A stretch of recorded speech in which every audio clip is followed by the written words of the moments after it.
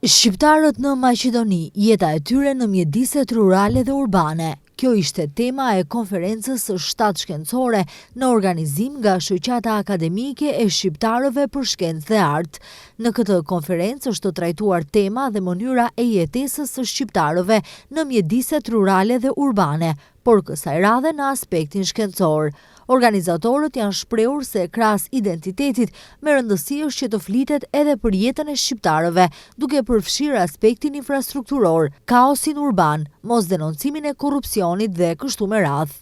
Duke u nisur nga ajo se vendbanimi është faktor kyç që e bën të dukshëm një popullat. Ne jemi në kohën kur po bëhen ndryshime të mëdha të normave shoqërore në Republikën e Maqedonisë, por edhe në botë.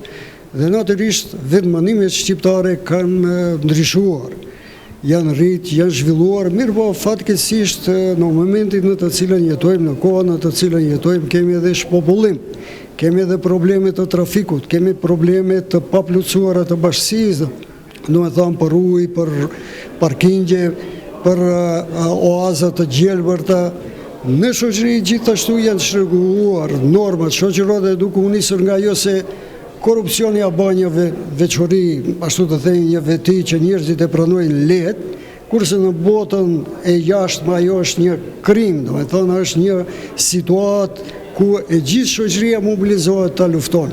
Pra të gjitha këto çështje jam i sigurt se ta profesorë universitar, 20-30 profesorë sa janë këtu, do të trajtojnë në mënyrë të mirëfillt dhe do të japin sugjerimet e tyre shkencore për të ardhmen e këtij komuniteti. Në çdo komunitet, dija është resurs, është pasuri. Përfaqësues nga Shoqata Akademike e Shqiptarëve për Shkencë dhe Art sqaruan se edhe pse kjo akademi funksionon si shoqat, megjithatë të gjitha tiparet i ka të një akademie për shqiptarët, edhe përkundër faktit se e njëjta nuk pranohet nga shteti. Në këtë konferencë ishin të pranishëm shumë emra të njohur nga sfera akademike, ndërsa mysafir ishte edhe profesor doktor Fatos Tarifa, i cili lexoi kumtesën e titulluar Rinia dhe Atdheu, një realitet i ri të cilin s'duam ta kuptojmë.